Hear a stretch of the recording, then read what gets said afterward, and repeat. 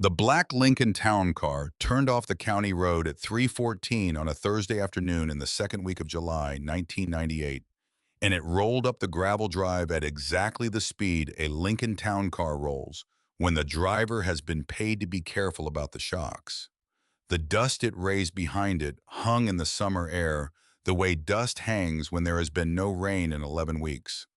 The driver did not stop at the fence line. He did not stop at the barn.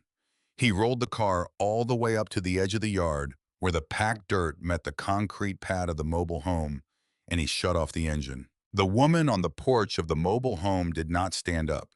She was sitting in a folded aluminum lawn chair with green nylon webbing that had come loose along the top edge, and she had a mason jar of ice water sweating on the concrete beside her right boot, and she had a leather notebook open across her thighs, and she did not close the notebook when the Lincoln pulled up. Her name was Tansy Merrifield. She was 22 years old. The passenger door of the Lincoln opened before the driver's door. A man stepped out. He was in his late 40s. He wore a charcoal gray suit that had been tailored for him at a shop in Denver that specialized in that particular shade of gray, and his shoes were Italian leather that had been polished that morning by a man in a hotel lobby, and he carried a slim brown leather portfolio in his left hand with brass corners that caught the late afternoon light. He walked around the front of the Lincoln. He walked across the packed dirt of the yard. He stopped at the bottom of the two concrete steps that led up to the porch of the mobile home. He said, "Miss Merrifield." Tansy did not answer. She closed the leather notebook on her lap slowly, one hand holding the page, and she set the notebook on the concrete beside the mason jar of ice water. And she looked at the man in the gray suit standing at the bottom of her steps for a long moment before she spoke. She said, "You are on my land." 4 words, flat, level. The man in the suit smiled the specific smile a corporate representative smiles when he has been told before he left Denver that morning that the property owner is 22 years old and does not know what she is sitting on, and that a certain amount of gentle handling is going to be required. He said, "My name is Sterling Dinsmore. I represent Aquacore Resources out of Denver. I have driven 6 hours to see you today. I would like to talk to you about your property." Tansy did not answer. The Lincoln driver had gotten out of the car by this point. He was standing beside the driver's door with the door open and one hand resting on the top of the door frame, and he was looking away toward the horizon at the eastern edge of the property, and he was not going to look back at the porch until Sterling Dinsmore told him to look back at the porch. Sterling Dinsmore said, "Miss Merrifield, I understand this may be sudden. I would very much appreciate 5 minutes of your time. I have driven a long way." Tansy said, "You have 5 minutes." She did not stand up. She did not offer him a chair. She did not offer him the mason jar of ice water sweating on the concrete beside her boot. Sterling Dinsmore climbed the two concrete steps to the porch with the leather portfolio still in his left hand, and he stood on the porch beside the folded aluminum lawn chair, and he looked out over the 40 acres of Nebraska grassland that stretched from the yard to the horizon and did not stop. He said, "This is a beautiful piece of property, Miss Merrifield." She said, "It is dry." He said, "It has potential." She said, "You are down to 4 minutes and 40 seconds. Sterling Dinsmore turned to face her. He opened the leather portfolio. He took out a single sheet of paper. He held the paper out toward her, and Tansy did not reach up to take it. And Sterling Dinsmore held the paper in the air between them for 2 full seconds before he lowered it to the top of the leather notebook on the concrete. He said, "That is our opening offer, Miss Merrifield. My firm is prepared to purchase your 40 acres in cash for $2 million. We would close in 30 days. You would walk away debt-free with a check that would provide for you for the rest of your natural life." Tansy looked at the sheet of paper on top of the notebook. She did not pick it up. She did not read it. She looked at Sterling Dinsmore for a long moment, and then she looked past him at the black Lincoln parked at the edge of the yard, and then she looked at the horizon at the eastern edge of the property, and then she looked back at Sterling Dinsmore. She said, "You are down to 3 minutes and 50 seconds. Sterling Dinsmore's face did not move. The wind moved across the grassland at the eastern edge of the property, and it moved across the yard, and it moved across the porch, and it lifted the corner of the sheet of paper on top of the leather notebook. The story of how she came to be sitting on that porch on that Thursday afternoon in July had started 4 months earlier on a Tuesday morning in the second week of March in a small studio apartment above a laundromat on Illinois Street in Sidney, Nebraska. Tansy Merrifield had been renting the studio for 11 months at $340 a month. The studio had a window that faced the alley behind the laundromat, a hot plate she had bought at a yard sale for $4 a mattress, on a metal frame she had assembled herself with an Allen wrench that had come in the shipping box, and a small folding card table that she used as both a kitchen table and a desk. There was a bathroom with a shower stall that leaked around the drain. There was a closet with 3 shirts and 2 pairs of jeans hanging in it. Tansy worked the 6 a.m. shift at Wexler's Grocery on Illinois Street, 3 blocks from the studio, 5 days a week at $7.80 an hour. She had been working at Wexler's for 3 years. Her manager was a woman named Elna Wexler, who was 33 years old and had inherited the store from her father when he had died of pancreatic cancer in the winter of 1995. Elna Wexler was fair to her employees. She was not warm. She had learned early in her tenure that a small-town grocery ran on tight margins, and that a manager who let herself get too close to her people ended up losing money when those people asked for advances against paychecks. And she had made a decision early on not to let herself get too close.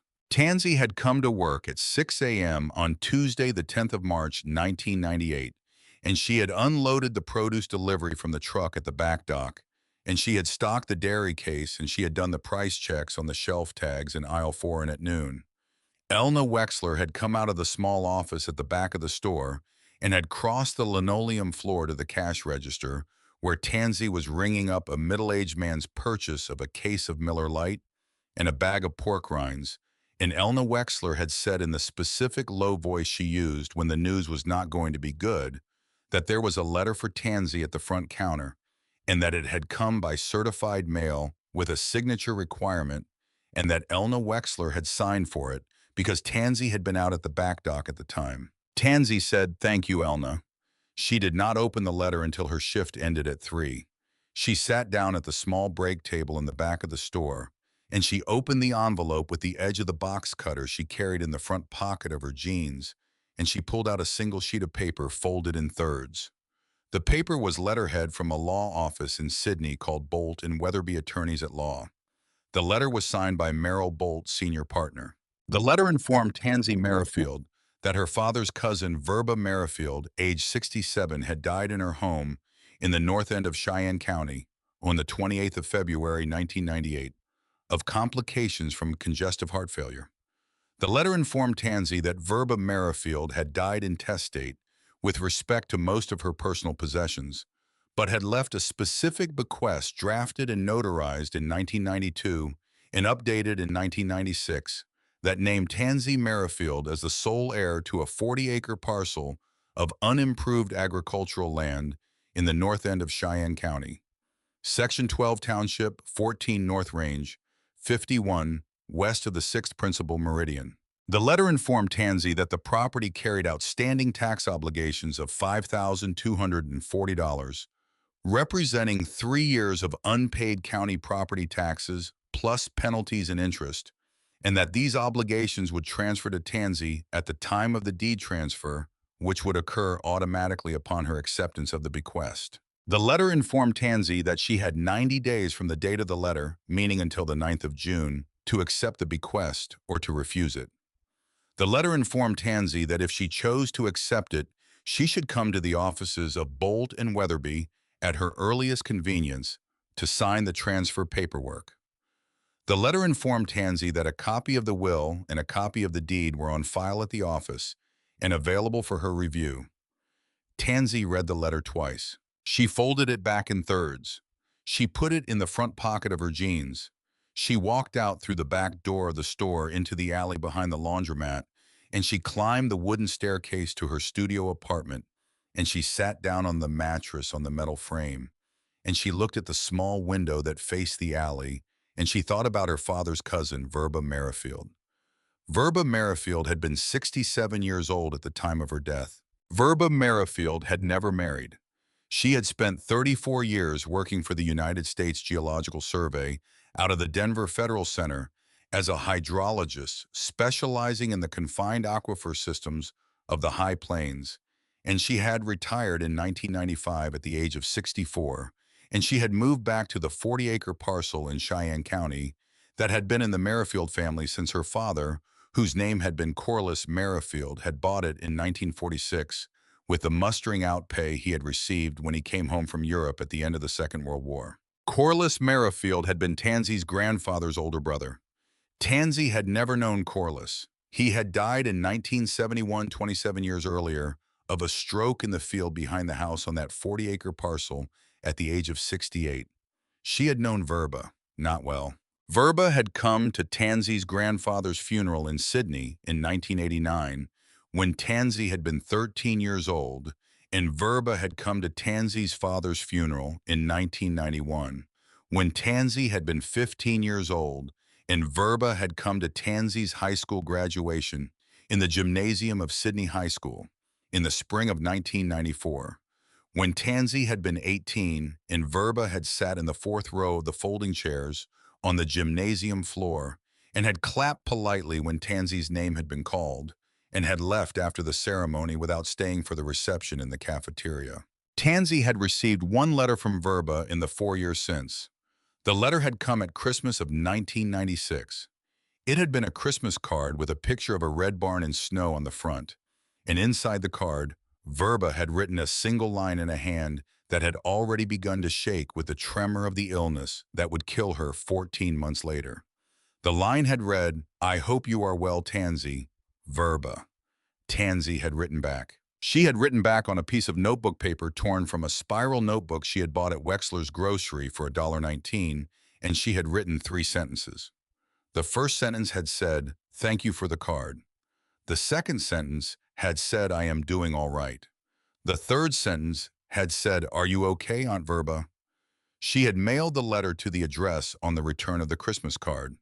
She had never received a reply. She had assumed the letter had gotten lost in the mail, or that Verba had not felt like writing back, or that Verba had received the letter and had put it in a drawer and had forgotten about it the way old people forgot about things. Tansy sat on the mattress in her studio apartment above the laundromat on that Tuesday afternoon in March of 1998, and she thought about the third sentence she had written on that piece of notebook paper in December of 1996.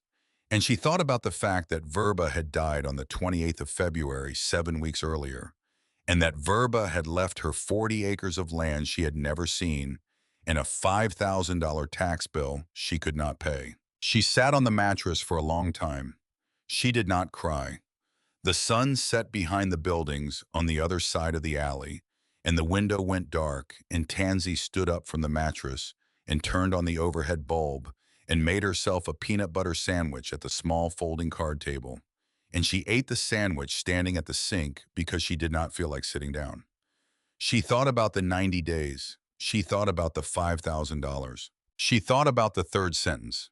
She went to the offices of Bolt and Weatherby the following morning at 9 o'clock, and she signed the acceptance paperwork, and she walked out of the office with a folded manila envelope containing the deed to 40 acres of land in the north end of Cheyenne County, Nebraska, and a bill for $5,240 in unpaid property taxes that would come due, according to Merrill Bolt, on the 1st of July. She had until the 1st of July to pay the taxes.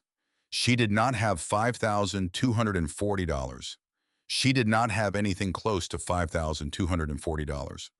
But the deed to the 40 acres was in her hand, and the deed had her name on it, and the deed had a legal description of a piece of land she had never seen, but that had been in her family for 52 years.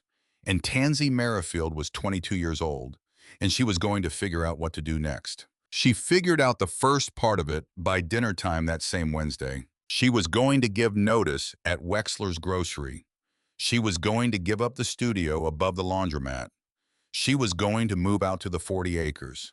She was going to live in whatever was on the property because there was no rent to pay on land she owned outright, and because she had inherited from Verba Merrifield not just the 40 acres, but also the small hand-built mobile home that Verba had lived in during her 3 years of retirement, according to a footnote on page 4 of the will that Tansy had read twice at the offices of Bolt and Weatherby. The mobile home was hers now, too. The mobile home was on the land. She gave notice at Wexler's grocery on the Thursday morning. Elna Wexler had been in the small office at the back of the store when Tansy had come in for her 6 a.m. shift. Elna had looked up from the invoice she was reviewing when Tansy came in through the office door, and Elna had listened without interrupting while Tansy explained the situation. And Elna had said when Tansy finished that she was sorry to hear about Verba and that she wished Tansy the best, and that if things did not work out on the 40 acres, Tansy could come back and ask about her old job anytime, and that Elna would try to have something for her. Elna Wexler had said all of this in the specific low voice she used when the news was not going to be good, but the news was not in fact going to be good for Elna Wexler, either because Tansy was a reliable morning shift stalker who had never missed a day in 3 years, and Elna was going to have to find somebody to replace her, and there were not a lot of 22-year-old women in Sydney who wanted the 6 a.m. shift. Elna Wexler paid Tansy through the end of the pay period, which was the following Friday, and she gave Tansy a $50 cash bonus out of her own wallet on Tansy's last day, and she said one thing that Tansy would remember for the whole of the next 20 years. Elna Wexler said, "Your aunt was a strange woman. She came in this store once a month for the last 3 years of her life. She never spoke to me. She bought the same things every time. She always paid an exact change. I did not know she had family." Tansy said, "I did not know she came in here." Elna Wexler said, "You are the only person I ever heard her say a name to." Tansy said, "What did she say?" Elna Wexler said, "She said that girl is going to be all right if somebody gives her the chance." Tansy did not answer. She took the $50 bill. She put it in the front pocket of her jeans. She walked out through the front door of Wexler's grocery for the last time as an employee, and she walked back to the studio above the laundromat, and she began to pack. She drove out to the 40 acres on the last Saturday in March 1998 with everything she owned in the back of a 14-year-old Ford pickup she had bought for $450 from a man on the west side of Sydney whose son had gone away to college and had not come back to claim it. The pickup had a bad clutch and a heater that only worked on the high setting, and the passenger window would not roll down at all, and the tailgate had to be latched with a length of baling wire because the original latch had rusted through, but the engine ran and the tires held air and the tank held gas. And Tansy Merrifield drove the pickup north out of Sydney on State Road 53 with everything she owned in the bed, and she did not turn on the radio for the whole of the 57-mile drive to the north end of Cheyenne County. The land was flat. Nebraska in March was the color of old wheat straw. The sky above the highway was the flat, pale color of an eggshell. She turned east off State Route 53 onto a gravel road that had been graded the previous fall and that had not been graded again since. And she followed the gravel road for 3 miles, and then she turned north onto a smaller gravel road that had not been graded in longer than that. And she followed the smaller road for 1 mile, and then she turned east through a fence line where the wire had been cut and rolled back and never restrung. And she followed a set of tracks across the prairie for a 1/4 mile, and she came to the mobile home. The mobile home was small. It was 32 feet long and 12 feet wide. It was set on a concrete pad that had been poured in 1995, according to a date stamped into the corner of the pad by whoever had finished the concrete. The siding was cream-colored aluminum with brown trim, and the roof was a low-pitched shingle in a color that had once been dark red and had faded now to the color of old brick. And the front porch was a small wooden platform with 2 concrete steps leading up to the front door, and the platform had been built by hand from lumber that did not match.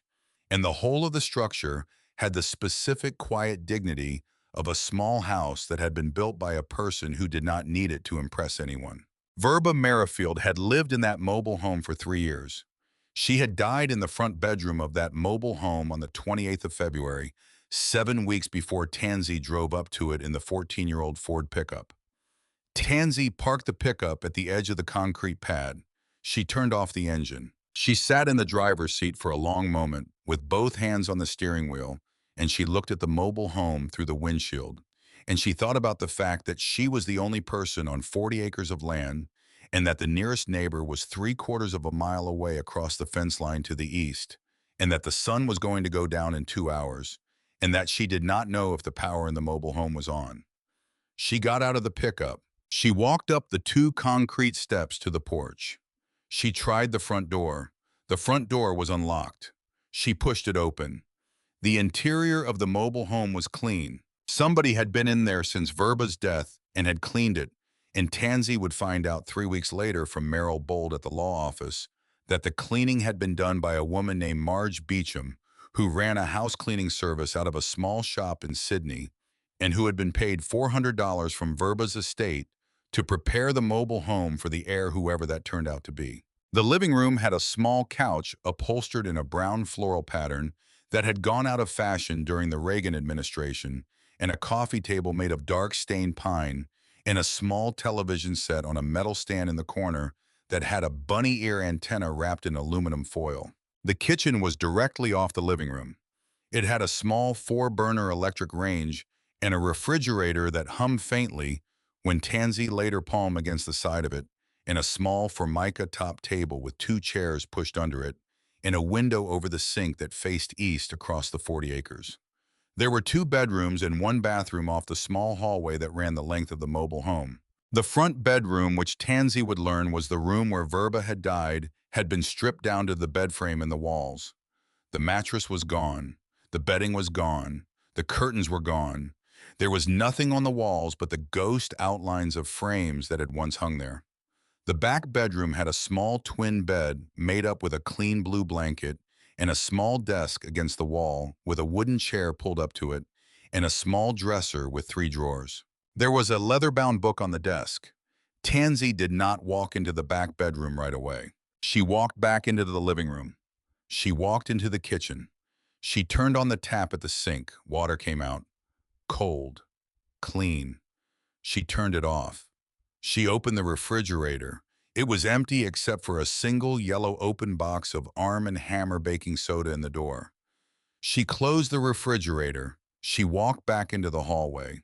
She stood at the door of the back bedroom, and she looked at the small desk against the wall and at the leather-bound book sitting on top of it in the flat afternoon light. She walked into the room. She crossed to the desk. She picked up the book.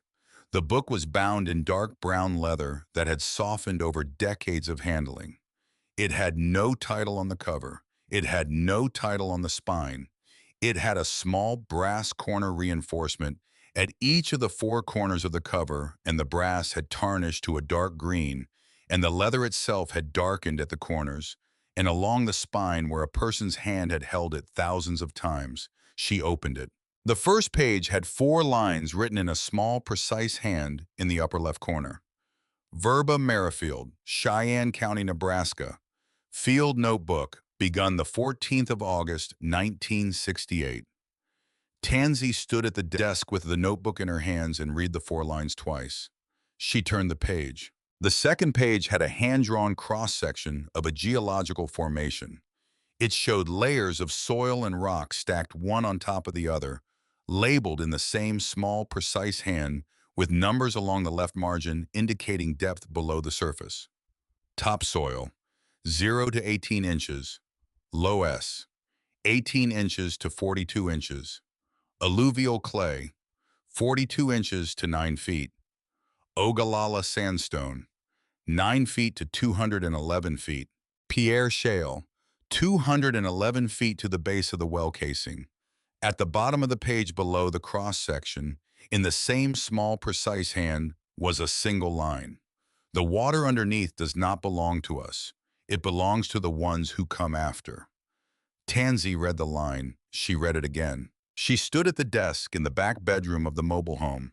Her father's cousin had died in 7 weeks earlier, and she held her father's cousin's field notebook in her hands, and she read the line a third time.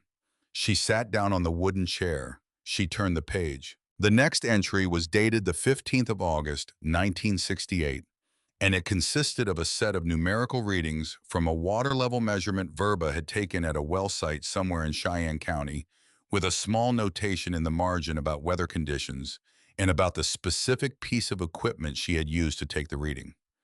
Tansy read the entry. She turned the page. The next entry was dated the 22nd of August, 1968. Tansy read that one too. She kept reading. The sun went down behind the horizon at the western edge of the 40 acres, and Tansy stood up from the wooden chair and crossed to the small overhead light in the ceiling of the back bedroom, and she flipped the switch on the wall and the light came on, which meant that the power was on, and Tansy sat back down at the desk and kept reading. By 9 o'clock that night, she had read through the entries for 1968 and 1969 and 1970, and she had begun to understand the specific shape of the work her father's cousin had been doing for 30 years. Verba Merrifield had been measuring the water table. She had been measuring it one well at a time at 47 sampling locations across the western half of Nebraska and the eastern half of Colorado and the northern quarter of Kansas for the whole of her career at the United States Geological Survey. She had gone out to those 47 sampling locations twice a year in the spring and in the fall for 30 years. She had lowered a chalk steel tape down each well casing to the top of the standing water. She had recorded the depth to the 10th of a foot. She had noted the temperature. She had noted the barometric pressure. She had noted the weather. She had noted the pump activity at nearby irrigation wells if any pump activity had been visible. She had done this work for the United States Geological Survey for 30 years. She had also apparently done a version of this work on her own time, at her own expense, using her own equipment at a set of 5 additional sampling locations that did not appear anywhere in the USGS databases. 4 of those 5 additional sampling locations were on private farms scattered across the north end of Cheyenne County. The 5th was on the 40 acres Tansy was sitting on at that moment. Tansy turned the pages of the notebook slowly. She read the entries for the private sampling sites. She read the entries for 1971 and 1972 and 1973. She read the entry from the 14th of August in 1972, which contained a single line at the top of the page above the numerical readings. The line read, "The water underneath does not belong to us. It belongs to the ones who come after." Verba had written the sentence twice. Once on the first page of the notebook on the 14th of August in 1968 as an inscription in the flush of a young hydrologist just beginning her career, and once again on the entry for the 14th of August in 1972, 4 years later to the day, in the flush of a woman who had already begun to understand what her career was going to look like. Tansy turned the page. The entry for the 21st of August, 1972, was longer than the previous entries. It described in the same small, precise hand a conversation Verba had had with a man named Duffield Kestrel at a bar in downtown Denver on the evening of the 18th of August, 3 days earlier. Duffield Kestrel had been a mid-level executive at a company called Continental Groundwater Resources, and he had approached Verba at the bar because he had recognized her from a hydrology conference the previous month, and he had said that his company was interested in acquiring the mineral rights and the associated groundwater rights on certain properties in the Ogallala Aquifer footprint, and that Verba had access to data about which properties held the most valuable pockets of the aquifer, and that Continental Groundwater Resources would be very interested in a consulting arrangement with Verba if she were open to that kind of relationship. The entry for the 21st of August, 1972, ended with a single line in the same small, precise hand. The line read, "I told him no. I told him I would tell him no again in the morning and every morning after that." Tansy closed the notebook. She sat at the small desk in the back bedroom of the mobile home, with the notebook closed in her lap and the overhead bulb burning against the darkness outside the window. And she thought about her father's cousin, Verba Merrifield, who had died in this mobile home 7 weeks earlier at the age of 67, and who had lived on Social Security income of $1,147 a month for the last 3 years of her life, and who had never sold whatever it was she had been sitting on for 30 years. Tansy did not know yet what it was that Verba had been sitting on. She would find out. She stood up from the wooden chair. She carried the notebook out into the hallway and into the small kitchen, and she set it on the formica-top table beside the 2 chairs. and she stood at the sink and looked out the east-facing window at the darkness beyond the glass. And she thought about the fact that she was 22 years old and that she owned 40 acres of land in Nebraska and that she owed the county $5,240 in unpaid property taxes by the 1st of July. She thought about the fact that she did not have $5,240. She thought about the fact that Verba Merrifield had done a version of a piece of work at her own expense for 30 years at 5 private sampling sites, and that one of those sampling sites was on the ground beneath her feet at that moment. She thought about the sentence Verba had written on the first page of the notebook on the 14th of August, 1968. The water underneath does not belong to us. It belongs to the ones who come after.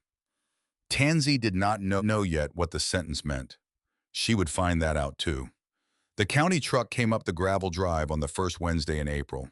Tansy had been out at the west fence line walking the perimeter of the property with a spiral notebook in her hand, making a list of the fence posts that were rotted at the base and the strands of barbed wire that had come loose from the staples over the winter.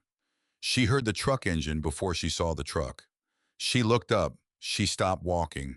She waited. The truck stopped at the concrete pad in front of the mobile home.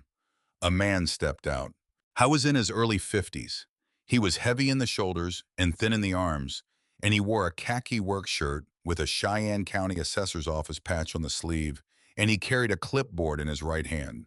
He looked at the mobile home. He looked at the pickup parked beside the mobile home. He looked at Tansy walking toward him across the packed dirt from the west fence line. He waited for her to reach him. She stopped 10 feet from him.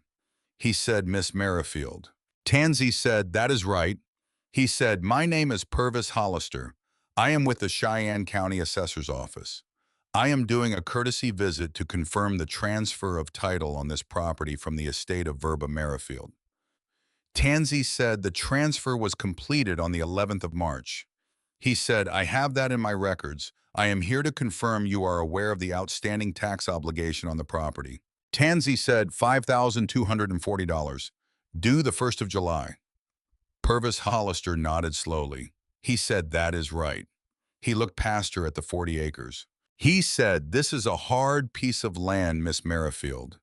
Your aunt kept it in the family because she had 34 years of federal pension credit and a Social Security check every month. You are 22 years old, and you do not have either of those things. I would encourage you to think carefully about what you plan to do here." Tansy said, "I have thought about it." Purvis Hollister said, "I know a firm in Denver that buys up parcels like this one at fair market value. I could put you in touch with them if you would like. They pay cash. They close quickly. It might be the best outcome for you given the circumstances." Tansy looked at him for a long moment. She said, "Mr. Hollister, are you here on behalf of the Cheyenne County Assessor's Office, or are you here on behalf of a firm in Denver?" Purvis Hollister's face did not change. He said, "I am here on behalf of the Cheyenne County Assessor's Office. The reference to the firm in Denver was a personal courtesy." Tansy said, "I am not interested in the personal courtesy." Purvis Hollister nodded once. He said, "Understood, Miss Merrifield. You have until the 1st of July on the tax obligation. If it is not paid by then, the county will begin the tax lien process, which can take up to 18 months to resolve, and which typically results in the loss of the property. I am giving you that information as a matter of official notice. Do you understand?" Tansy said, "I understand." He said, "Good day, Miss Merrifield." He turned and walked back to the county truck. He got in. He drove away down the gravel drive at the specific, slightly too fast speed of a man who had made a small speech he was not entirely proud of and who wanted to be gone from the ground on which he had made it. Tansy watched the county truck disappear past the fence line and turn back onto the graded gravel road. She stood on the packed dirt of the yard for a long moment after the dust had settled. She thought about the firm in Denver. She thought about the phone call Purvis Hollister was going to make when he got back to the office in Sydney, and about who he was going to make it to, and about how the phone call was going to be described inside the office in Denver, and about the specific sequence of events that a firm in Denver would set in motion when they received a call from a county assessor in Nebraska who had just met the 22-year-old heir to a parcel of 40 acres, and who had not gotten the answer he had gone out there to get. She thought about all of this in about 4 minutes. Then she walked back into the mobile home. She sat down at the small formica-top table in the kitchen. She opened the leather-bound field notebook to a fresh page at the back. She took a pencil from the coffee can she kept on the counter beside the sink. She wrote 3 lines at the top of the fresh page in her own careful hand. Purvis Hollister, Cheyenne County Assessor, visited April 1st. Referenced a firm in Denver. Did not name the firm. He is going to be back. Or somebody else is. She underlined the 3rd line once. She closed the notebook. She sat at the small formica-top table for a long moment in the flat afternoon light coming through the east-facing window, and she thought about her father's cousin, Verba Merrifield, who had done a version of a piece of work at her own expense for 30 years at 5 private sampling sites, and about the sealed envelope she had not yet opened, and about the 91 days she had left before the 1st of July. She had 91 days to find out what Verba had been sitting on. She had 91 days to find out why Verba had not sold whatever it was. She had 91 days to figure out what she was going to do about it. She was going to find out. She stood up from the small formica-top table. She put the pencil back in the coffee can. She went out through the front door of the mobile home and down the 2 concrete steps to the yard, and as she picked up the spiral notebook from where she had set it down beside the truck, and she walked back out to the west fence line to finish the perimeter walk she had started that morning. The sun was still 2 hours from the western horizon. There was work to do. She spent the first 3 weeks of April reading the notebook. She read it in the morning at the small formica-top table in the kitchen with a mug of coffee at her elbow. She read it in the afternoon in the folded aluminum lawn chair on the porch when the wind was not too strong. She read it in the evening under the yellow overhead bulb in the back bedroom where Verba had set the desk, and she read it at 11 o'clock at night when she should have been sleeping, because the notebook was not the kind of document a person could set down and pick up again the next day without losing the shape of what she had just read. The notebook covered 30 years. The first 10 years were mostly measurements: depth to water, barometric pressure, weather. Verba had written those entries in the specific voice of a young hydrologist who was still learning the shape of her own discipline, and the entries were short and technical and did not carry any of the private thought that would fill the later years. The middle 10 years were different. By 1978, Verba had begun to write about what she was seeing. She had begun to write about the pattern in the numbers. The pattern was that the water table in the western half of Nebraska was falling. Not evenly, not everywhere, but in specific places at specific rates along specific vectors that Verba was tracking with the patience of a person who had spent 10 years learning what patience looked like. The water table in western Kansas was falling at an average rate of 2.1 feet per year in the counties where center pivot irrigation had been installed in the mid-1960s. The water table in eastern Colorado was falling at an average rate of 1.4 feet per year in the counties where industrial-scale groundwater pumping had been permitted under state law. The water table in the northern half of Cheyenne County, Nebraska, was falling at an average rate of 0.3 feet per year, which was slow but which was not zero and which was accelerating. Verba had drawn a map. The map was folded into a manila envelope taped to the inside of the back cover of the notebook, and Tansy found the envelope on the 9th night she had been reading, and she unfolded the map on the formica-top table under the yellow overhead bulb, and she looked at it for a long time. The map showed the western half of Nebraska and the eastern half of Colorado and the northern quarter of Kansas. Across the map, in the same small, precise hand that had written all of the entries in the notebook, Verba had drawn small circles at 47 locations. Each circle was labeled with a 2-letter code.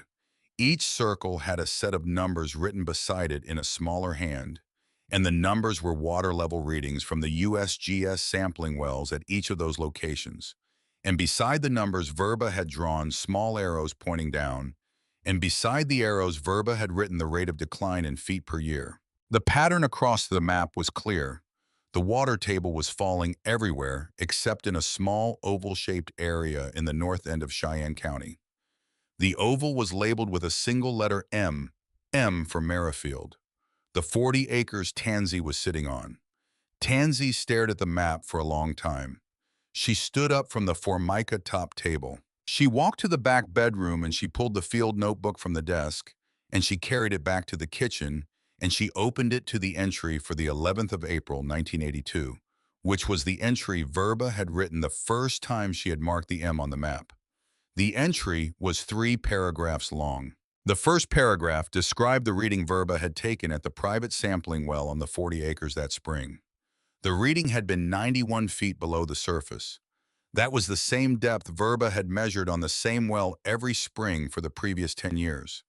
The well had not moved. The water underneath the 40 acres was not falling. The second paragraph described why. Verba had written that the 40 acres sat directly above what she believed to be a small confined pocket of the Ogallala Aquifer that had been isolated from the main body of the aquifer by a lens of impermeable clay that ran across the north end of the Merrifield property at a depth of approximately 42 feet. The pocket was not connected to the wells that surrounded it. It could not be drawn down by pumping outside the property line. It was Verba had written a completely isolated reservoir with a volume she had estimated at approximately 12 billion gallons. The third paragraph was 1 sentence long. I will not tell anyone.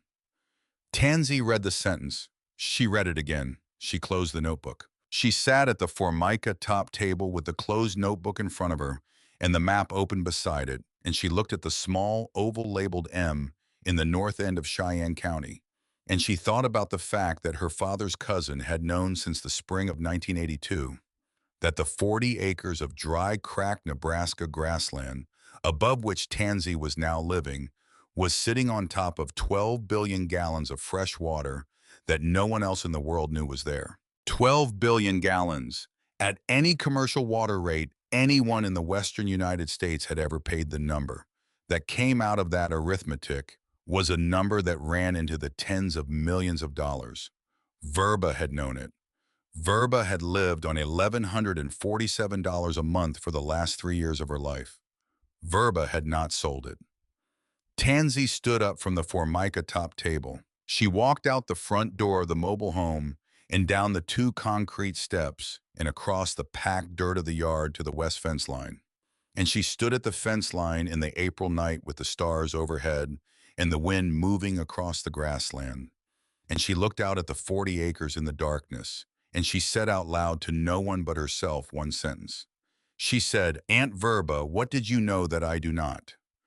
The wind did not answer her. The stars did not answer her. But somewhere 3/4 of a mile to the east in the pickup truck he kept parked beside his own barn, a man named Wendell Gable was sitting in the driver's seat with the engine off, looking at the small yellow rectangle of light coming from the front window of Verba Merrifield's mobile home, 1.25 miles across the fence line. And Wendell Gable was doing his own arithmetic about the water table in the north end of Cheyenne County, and Tansy Merrifield did not yet know that either. She would find out. The sealed envelope in the back cover of the field notebook was the second thing. She had noticed it on the first evening, the Saturday she had driven up in the 14-year-old Ford pickup, and opened the notebook for the first time in the back bedroom. And she had noticed it every night since, and she had not opened it because the front of the envelope was inscribed in Verba Merrifield's small, precise hand with a single line. The line read, "Only open when they offer you real money to sell what you cannot see." Tansy had understood on the first night that the envelope was not for the woman she had been that Saturday afternoon. She had understood by the middle of April that the envelope was for the woman she was going to have to become, and that she was not yet that woman, and that she would know when she was. She did not open the envelope. She left it taped to the inside of the back cover of the notebook where Verba had left it. She waited. The black Lincoln Town Car came up the gravel drive on the second Thursday in July. Sterling Dinsmore climbed the 2 concrete steps to the porch of the mobile home and held out a sheet of paper offering $2 million for the 40 acres. And Tansy sat in the folded aluminum lawn chair and did not take the paper, and she told him he was down to 3 minutes and 50 seconds, and Sterling Dinsmore stood on the porch with the sheet of paper on the top of Verba's notebook on the concrete beside Tansy's boot. Sterling Dinsmore said, "Miss Merrifield, I understand this is a lot to take in. She said, I have been living here since the last Saturday in March. He said, then you understand the challenges of the property. Water infrastructure is aging. Fence lines need work. Property taxes are due the 1st of July of every year going forward. $2 million would resolve every one of those issues for the rest of your life. She said, Mr. Dinsmore, what is your firm proposing to do with the property? He smiled a small, measured smile. He said, our firm develops agricultural resource properties across the western United States. We hold parcels for long-term productive investment. Beyond that, I am not at liberty to discuss the specifics of any particular acquisition. Tansey said, would you be developing the aquifer? Sterling Dinsmore's face did not change. Not a muscle, not a flicker. The wind moved across the porch and the sheet of paper on top of the notebook lifted at the corner, and Sterling Dinsmore reached down and pressed the sheet flat with the palm of his hand. He said, Miss Merrifield, our firm's business practices are proprietary. I am here today to make you an offer. I am not here today to discuss the specifics of our long-term plans. Tansey said, you are down to 2 minutes and 40 seconds. Sterling Dinsmore stood on the porch for another 20 seconds without speaking. Then he reached into the leather portfolio and he pulled out a small business card, and he placed the business card on top of the sheet of paper on top of the notebook. And he said, I am going to leave the offer and the card with you, Miss Merrifield. The offer is valid for 30 days. You have my number. When you are ready to talk, please call me. She said, I will not be calling you. He said, you may change your mind. She said, I will not. Sterling Dinsmore looked at her for a long moment.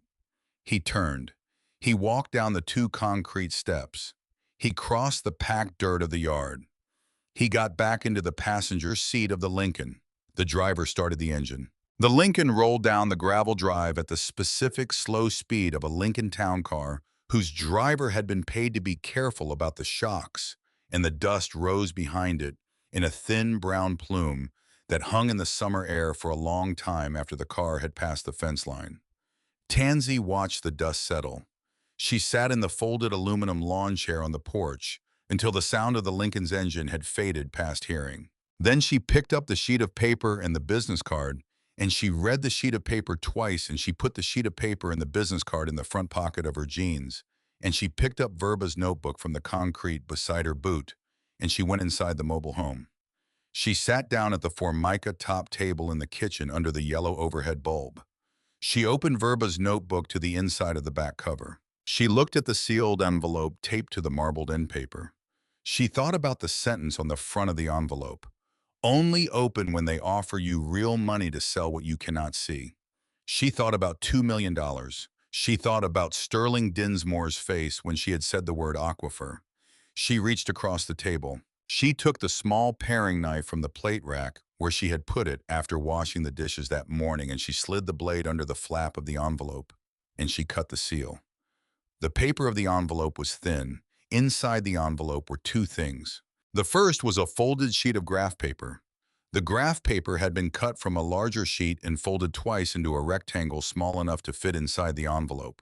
And when Tansey unfolded the graph paper on the Formica top table, she saw that Verba had drawn on it a detailed cross-section of the 40 acres. The cross-section showed the surface of the property along its long east-west axis. Beneath the surface, drawn in the same small, precise hand as the notebook itself, Verba had rendered the layers of the geology in exact and painstaking detail. The topsoil, the loess, the alluvial clay, the impermeable clay lens at 42 feet, the Ogallala sandstone below the clay lens, the base of the confined aquifer at 211 feet, the Pierre Shale below the aquifer. Along the top of the cross-section, above the surface of the ground, Verba had drawn a small dashed rectangle in the northeast quadrant of the property, and she had labeled the rectangle with a number. The number was 12 billion gallons. Beneath the rectangle, in a smaller hand, Verba had written one line. At current commercial water rates in the western United States, approximate market valuation of $40 million. Tansey read the line. She read it twice. $40 million. The second thing in the envelope was a folded sheet of ordinary lined notebook paper. When Tansy unfolded it, she saw that Verba had written on it in the same small, precise hand as the notebook itself, and that the sheet was a letter, and that the letter had been dated the 3rd of November, 1997, which was 4 months before Verba's death. The letter read as follows: Tansy, if you are reading this, I have died, and you have inherited the 40 acres, and somebody has come to your porch with a serious offer to buy the land. I want to tell you why I did not sell. I could have sold this pocket of the aquifer in 1972. A man named Duffield Kestrel came to me at a hydrology conference in Denver and offered me a consulting arrangement that would have made me wealthy for the rest of my life.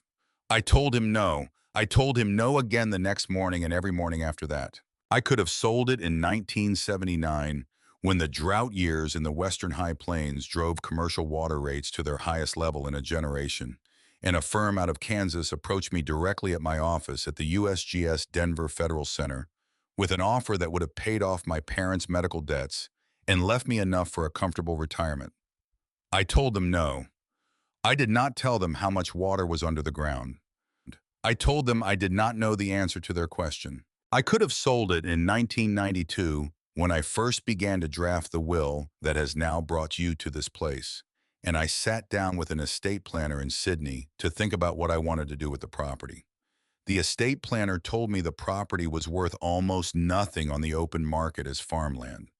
The estate planner did not know about the aquifer. I did not tell him. I did not sell it Tansy because I understood something at 22 years old that I would like you to understand at 22 years old too, if I can find a way to say it. The water underneath does not belong to us. It belongs to the ones who come after. I did not know when I was your age who the ones who came after were going to be. I did not have children. I never married. I did not have a niece or a nephew that I felt close to. I did not know if there would be anyone in my family ever who would understand what I was doing.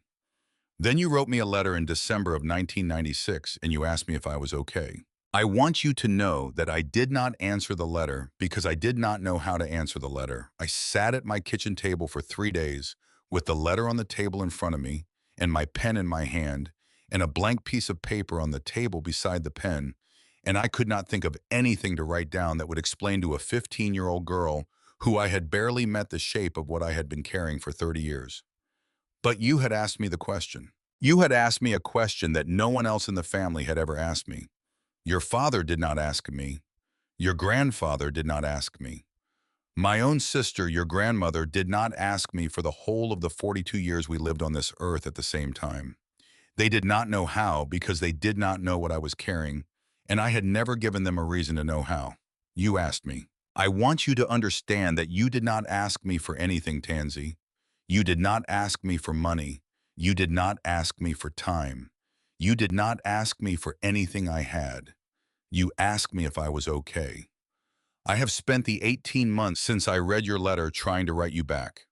The letter you are reading now is the version I finally got to. It is not the letter I would have written if I had been 22 years old and had been sitting across from you at a table. You are 22 years old now. You have inherited a piece of land that is worth at the ordinary agricultural rates that apply to Nebraska, dry land grazing less than the amount of the tax lien that has come due on it. You have also inherited a piece of land that is worth at the commercial water rates that apply to the aquifer beneath it, something in the range of $40 million. You will have a decision to make. I cannot make it for you. I am dead by the time you read this. The decision is yours, but I want you to consider one thing before you make it. There is a program at the United States Department of Agriculture called the Wetlands Reserve Program. It is administered through the Natural Resources Conservation Service. The nearest field office is in Kimball, Nebraska, 42 miles from where you are sitting. The program permits a landowner to place her property under a permanent conservation easement. The easement runs with the deed. It cannot be revoked by a future landowner. It cannot be revoked by the government. It is permanent. The compensation for a conservation easement is calibrated to the appraised value of the resources the landowner is agreeing to protect. For a property like this one, the appraised value would include the confined aquifer beneath the surface.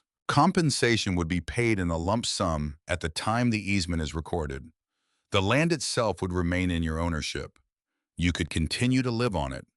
You could continue to graze cattle on it at low densities. You could not sell it to anyone who intended to develop the aquifer. You could not develop the aquifer yourself. The water underneath would be protected in perpetuity. I have not put the property under the easement myself because I did not want to make the decision for you. It is your decision. You are the one who came after. If you decide to accept an offer to sell the land, I will not haunt you from wherever it is that I have gone. I have lived a long life, and I have made the choices I could live with, and I trust you to make the choices you can live with. But I wanted you to know what your options were. The office in Kimball is open Monday through Friday from 8:30 to 4:30. The current program administrator is a woman named Merida Chalfont. She has been in the position for 11 years. She is competent and she is honest, and she is not going to try to talk you into anything you have not already decided to do. Ask for her. Tell her Verba sent you. She will know what to do next. I love you, Tansy. I did not have a chance to say it while I was alive. I am saying it now. Verba. Tansy read the letter twice. She sat at the formica top table under the yellow overhead bulb with the letter open in front of her, and Verba's field notebook closed beside it, and the sealed envelope now empty on the table beside the notebook. And she cried for the second time in 15 years without any sound at all. She cried the way her father had taught her to cry when her mother had died in the spring of 1981, when Tansy was 5 years old. Her father had sat her down on the front porch of the house they had lived in on Illinois Street and had told her that crying was a private thing, that a person's grief belonged to that person and to no one else, and that she should feel free to cry all she wanted, but that she should do it in a way that did not ask other people to carry the weight of her grief for her. She had learned to cry without sound. She cried without sound now, for about 7 minutes. Then she wiped her face with the back of her hand. She stood up from the formica top table. She refolded the letter along the creases Verba had made when she had folded it, and she put it back inside the envelope, and she taped the envelope back inside the back cover of the field notebook with a fresh piece of masking tape she took from the roll on the kitchen counter. She sat back down at the table. She wrote 3 lines in her own notebook in her own careful hand in ink that did not press hard on the paper. Verba's letter. WRP easement. Merida Chalfont. Kimball office. Verba knew about the aquifer since 1982. Verba was waiting for me. She underlined the 3rd line once. She closed the notebook. She sat at the table for a long moment in the yellow light with the closed notebook in front of her, in the sealed envelope back in the field notebook beside it, and the darkness pressing against the east-facing window over the sink. She thought about Sterling Dinsmore. She thought about the $2 million. She thought about $40 million. She thought about the sentence Verba had written on the 14th of August, 1968, and had written again on the 14th of August, 1972, and had written a 3rd time in the letter dated the 3rd of November, 1997. The water underneath does not belong to us. It belongs to the ones who come after. Tansy Merrifield stood up from the formica top table. She turned off the overhead bulb. She went into the back bedroom and she lay down on the twin bed made up with the clean blue blanket, and she looked at the ceiling in the darkness, and she did not sleep for a long time. The pressure started 3 days later. She drove into Sydney on the 2nd Monday in July to pick up 2 bags of feed for the 6 laying hens she had bought from a farmer outside Potter the previous week, and to deposit the last of her savings, $438, into the small checking account she kept at the First State Bank of Cheyenne County. She parked the 14-year-old Ford pickup in the small paved lot beside the feed store on Main Street. She walked into the feed store. The man behind the counter was a heavy man in his late 50s named Odie Lance, who had run the store since 1982. And Odie Lance had sold Tansy the 6 laying hens worth of feed 2 weeks earlier without incident. Odie Lance looked up from the counter when Tansy walked in. He looked at her for a long moment. He said, "Miss Merrifield." She said, "Odie, I need 2 bags of the 17% laying pellets." Odie Lance looked at his hands on the counter. He said, "I am sorry, Miss Merrifield. I do not have any of the 17% laying pellets in stock right now. Tansy said, you had 6 pallets of it last week. Odie Lance said, I sold out. Tansy looked at him. She said, you sold 6 pallets of feed in a week. Odie Lance did not look up. He said, I sold out Miss Merrifield. She stood at the counter for a long moment. Then she said, do you have the 16%? Odie Lance said, I do not have anything for laying hens in stock, Miss Merrifield. I am sorry. I could order some in for you. It would take 3 or 4 weeks. She said 3 or 4 weeks. He said, yes, ma'am. She looked at him for another long moment. She said, thank you, Odie. She walked out of the feed store. She stood in the paved lot beside the 14-year-old Ford pickup with her keys in her hand. She looked at the front window of the feed store from the outside. She could see through the front window the 6 pallets of the 17% laying pellets stacked against the north wall of the store where they had been stacked the previous week. She did not go back in. She got into the pickup. She drove 3 blocks to the bank. At the bank, the teller took her deposit slip in her $438, and the teller looked at the deposit slip for a moment longer than the teller ordinarily would have looked at a deposit slip. And then the teller excused herself and walked to the small office at the back of the lobby and knocked on the door of the office and went inside for about a minute. The teller came back to the window. The teller said, Miss Merrifield, our branch manager, would like to have a word with you before we process this deposit. Would you mind stepping into her office? Tansy said, about what? The teller said, the branch manager can explain. Tansy walked to the small office at the back of the lobby. The branch manager was a woman named Cordis Yardley, who was in her mid-40s and who had run the branch for the previous 6 years, and Cordis Yardley closed the door of the office after Tansy came in and sat down behind her desk and folded her hands on top of the desk. Cordis Yardley said, Miss Merrifield, we have received some information about your property that suggests there may be some legal complications regarding the title. Until we have clarity on those complications, the bank is going to have to place a temporary hold on your account. We are not going to accept new deposits until the matter is resolved. Tansy said, what complications? Cordis Yardley said, I am not at liberty to discuss the specifics. Tansy said, who told you there were complications? Cordis Yardley said, I am not at liberty to say. Tansy looked at her for a long moment. She said, do I still have access to the funds already in the account?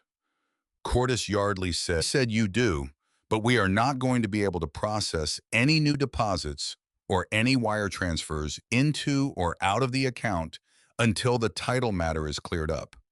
I would recommend you consult with an attorney. Tansy said, I will do that. She stood up. She picked up her deposit slip from the desk. She walked out of the office. She walked out of the bank. She stood in the paved lot outside the bank in the July heat with the $438 back in the front pocket of her jeans. And she looked at the front window of the bank, and she thought about the specific speed at which small-town pressure moved. Sterling Dinsmore had visited the porch on Thursday, the 9th of July. The Monday after that, the 9th of July, plus 3 business days, the feed store had run out of the feed she needed, and the bank had frozen her account. The phone call from Purvis Hollister at the county assessor's office came the following morning. Tansy answered the phone at 7:42 a.m. on the second Tuesday in July. Purvis Hollister said, Miss Merrifield, I am calling as a courtesy to inform you that the county has begun the review process on your tax obligation. The 1st of July has passed and the taxes have not been paid. The lien process will begin in earnest at the end of the month. Tansy said, I have until the end of July. Purvis Hollister said, under normal circumstances, you would have longer than that. Under normal circumstances, you would have 18 months. But because the property has been flagged for accelerated review by the county assessor's office, the process will move more quickly than usual. Tansy said, who flagged it? Purvis Hollister said, the flagging occurred in the ordinary course of the assessor's office business. She said, you are the assessor's office. He said, that is correct, Miss Merrifield. She said, you flagged it. There was a pause on the other end of the line. Purvis Hollister said, I would strongly encourage you to consider selling the property to a qualified buyer, Miss Merrifield. I mentioned in my visit in April that I know a firm in Denver that pays fair market value in these kinds of situations. That firm has already been in contact with the assessor's office to indicate their interest in the parcel. If you were to accept their offer, the tax matter would be resolved at closing, and you would walk away with a substantial sum of cash. That is the outcome I would want for you, Miss Merrifield. I am telling you that as a courtesy. Tansy said, "Thank you, Mr. Hollister." She hung up the phone. She stood at the small kitchen counter in the mobile home with the phone receiver back in the cradle for a long moment. She thought about the specific sequence of events that had happened in the previous 4 business days. Sterling Dinsmore had visited on Thursday. The feed store had run out on Monday.